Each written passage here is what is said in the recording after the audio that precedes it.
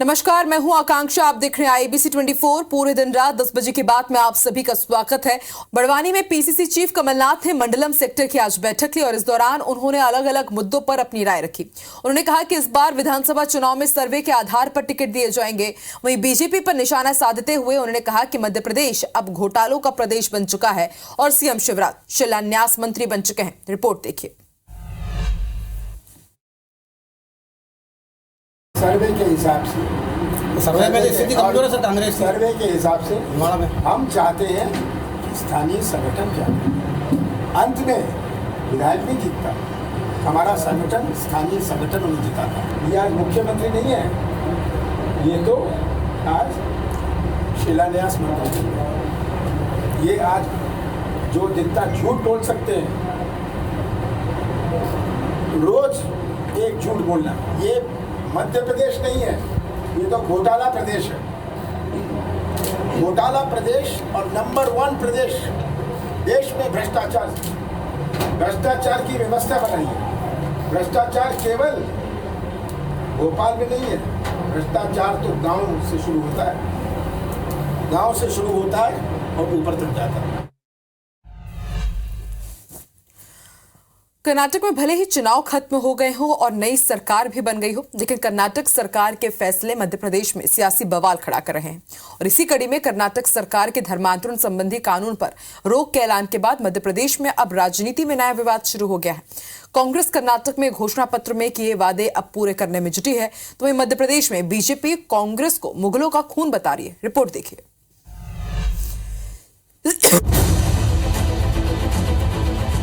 कर्नाटक की लड़ाई MP में आई, मुद्दों की परछाई सियासत गरमाई। कर्नाटक में कांग्रेस की नई सरकार के फैसले MP में सियासी बवाल बढ़ा रहे हैं। ताजा मामला कर्नाटक सरकार के धर्मांतरण संबंधी कानून पर रोक लगाने का है। धर्मांतरण कानून हटाने के साथ कर्नाटक में स्कूलों के पाठ्यक्रम में RSS संस्थापक हेडगेवार और सावरकर की जीवनी भी हटाने का ऐलान किया गया है। इस फैसले के खिलाफ मध्य प्रदेश में बीजेपी बेहद नाराज है। गृह मंत्री नरोत्तम मिश्रा ने इसे कांग्रेस का असली चरित्र और चेहरा करार दिया है, तो वहीं बीजेपी के प्रदेश अध्यक्ष VD शर्मा ने कांग्रेस नेताओं में मुगलों के खून की मिलावट का दावा कर दिया है।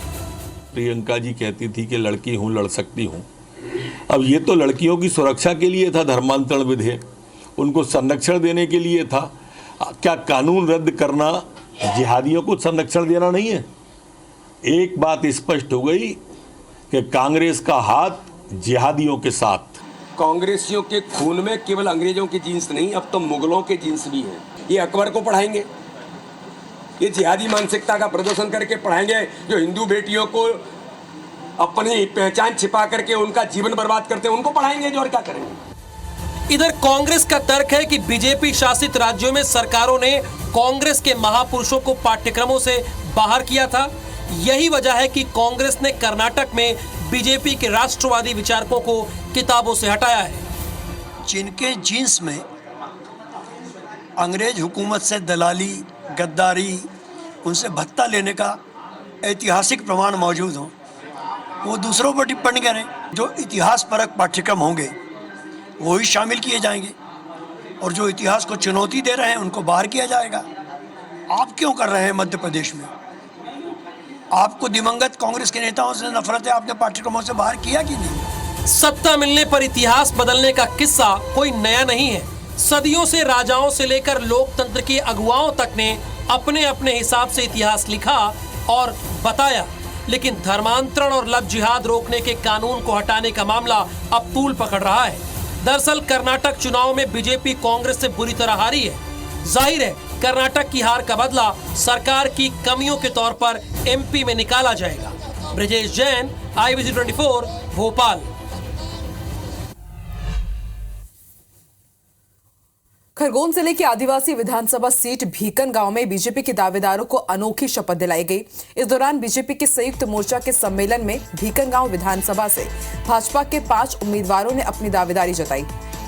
साथ ही बजरंगबली की कसम खाते हुए उन्होंने प्रण लिया है कि पार्टी किसी को भी टिकट दे, उनका समर्थन सभी करेंगे।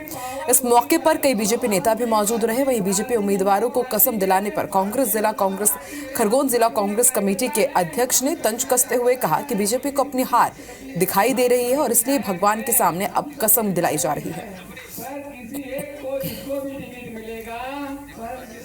भारतीय जनता पार्टी के संस्कार है कि आज हमारे राष्ट्रीय महामंत्री युवा मोर्चा के रोहित चहल जी आए थे और हमारे खंडवा विधानसभा के लोकप्रिय सांसद श्री ज्ञानेश्वर पाटिल जी के नेतृत्व में आज यहाँ संयुक्त मोर्चे का कार्यक्रम रखा गया था। विधानसभा के 5 जो दावेदार थे उन्होंने आज बजरंगबली के सामने प्रण लिया कि पार्टी किसी को भी टिकट देगी, हम उसके साथ में। भारतीय जनता पार्टी के लोगों को अपने कार्यकर्ताओं के ऊपर विश्वास नहीं रहा, उनको अपनी संभावित हार स्पष्ट नजर आने लगी है। इसीलिए बीकन गांव के मंदिर में क्षेत्रीय सांसद द्वारा विधानसभा के संभावित उम्मीदवारों को कस्में खिलाई जा रही है। छत्तीसगढ़ भाजपा सभी 90 विधानसभा में अपने बागियों और भीतरघातियों की लिस्ट तैयार कर रही है। बीजेपी ने जिलाध्यक्षों के माध्यम से इस लिस्ट को मंगवाया है और इधर चुनावी साल में भाजपा और कांग्रेस दोनों ही पार्टियों में कार्यकर्ताओं की पूछ परख भी बढ़ गई है। लेकिन बीजेपी दावा कर रही है कि इस बार कड़े फैसले लेंगे और बागियों के आगे नहीं झुकेंगे। रिपोर्ट देखिए। चुनाव में सिर्फ नेताओं और उम्मीदवारों की ही नहीं, बागियों और नाराज कार्यकर्ताओं की भी बड़ी भूमिका होती है। बागी किसी भी चुनाव को प्रभावित करने का मादा रखते हैं। हालांकि हर केस इस पर फिट नहीं बैठता, लेकिन सीटों के लिहाज से बागियों के तेवर कई बार भारी पड़े। इधर छत्तीसगढ़ बीजेपी बागियों से निपटने के लिए अभी से तैयारी में जुटी है। बीजेपी ने तय किया, चाहे परिस्थितियां जैसी भी हों, बागियों के साथ कोई समझौता नहीं करेंगे। बीजेपी अध्यक्ष अरुण साहब ने दो टूक कहा, हम कड़े फैसले लेंगे। भाजपा सांसद संतोष पांडे का कहना है कि Bharatiya Janata party cadre based party है, हमारे यहाँ कार्यकर्ताओं का बड़ा महत्व है। केंद्र सरकार की योजनाएं, प्रदेश में भारतीय जनता पार्टी के 15 साल के कार्यकाल, पार्टी की रीति नीति और सिद्धांतों को जनता तक पहुंचाने का काम कार्यकर्ता ही करते हैं। भारतीय जनता पार्टी हमेशा से अनुशासित पार्टी रही है और पार्टी में अनुशासन बनाने के लिए जो भी कुछ करना पड़ेगा, जो भी कड़ी निर्णय लेना पड़ेगा, लेंगे। भारतीय जनता पार्टी कार्यकर्ता बेस्ड पार्टी है और हमेशा ग्रास रूट लेवल के कार्यकर्ताओं की, चाहे प्रशिक्षण की बात हो, चाहे उनके सब प्रकार के, मैं तो ये कहूँगा कि हमेशा कार्यकर्ताओं को ही धुरी बना करके चलती है। कांग्रेस है जो केवल चुनाव के समय सब प्रकार कार्यकर्ताओं की पूछ परख करती है, किंतु बीजेपी के लिए ऐसी बात नहीं है। इस पर कांग्रेस ने कहा कि बीजेपी के 15 साल के कार्यकाल में भारतीय जनता पार्टी ने अपने नेताओं और कार्यकर्ताओं का विश्वास खो दिया है। बीजेपी में पैसे वाले लोग डोनेशन देकर नेता बनते हैं, जबकि कांग्रेस में कार्यकर्ता ही नेता बन पाते हैं। बीजेपी कार्यकर्ताओं का यूज करती है, जबकि कांग्रेस कार्यकर्ताओं का सम्मान रखती है।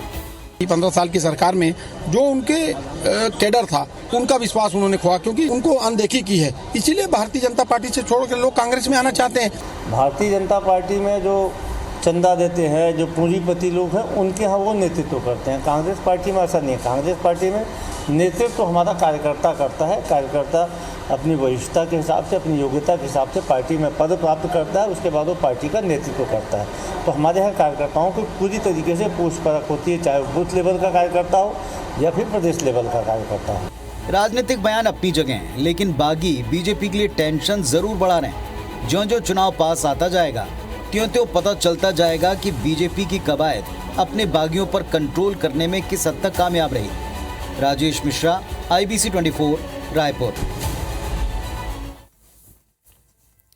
हाल ही में दमोह के गंगा जमुना स्कूल और कई मिशनरीज स्कूलों सहित अल्पसंख्यक कोटे के स्कूलों की जांच कर यहां चल रहे अवैध गतिविधियों को उजागर करने वाले बाल आयोग के सदस्य ही अब सवालों के घेरे में आ गए हैं। आयोग के सदस्य ओमकार सिंह पर पद के दुरुपयोग कर अधिकारियों और कर्मचारियों को धमकाने का गंभीर आरोप लगा है। रिपोर्ट देखिए।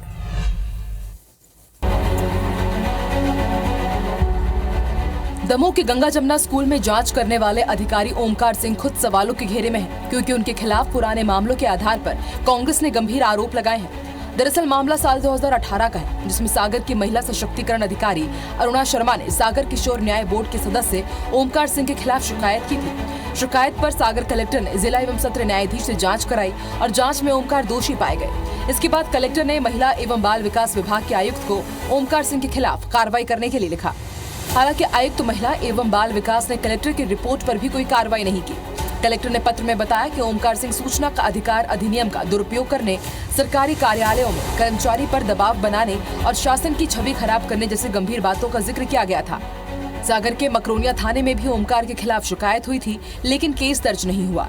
ओमकार सिंह ने हाल ही में दमोह के गंगा जमुना स्कूल में भी जांच की थी और उनकी रिपोर्ट पर ही शासन प्रशासन ने स्कूल के खिलाफ कार्रवाई के निर्देश दिए हैं। अब इस पूरे मामले में कांग्रेस ने आयोग के सदस्यों को सवालों के घेरे में खड़ा किया है। वो टोटल अड़ीबाजी की है। ओमकार सिंह जो सागर में बाल कल्याण केंद्र के पदाधिकारी हैं, जिन पर अड़ीबाजी का तत्कालीन कलेक्टर आलोक सिंह साहब ने जांच करवाई थी। जांच सही पाई गई, कोर्ट ने उनके खिलाफ एफआईआर दर्ज करने के आदेश 2018 में दिए थे। वो जांच करने कैसे चले गए वहां?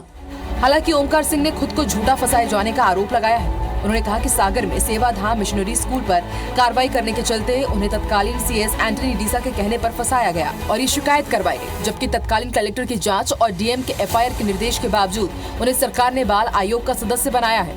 मिशनरी के में जाके मिशनरी से ही आई थी।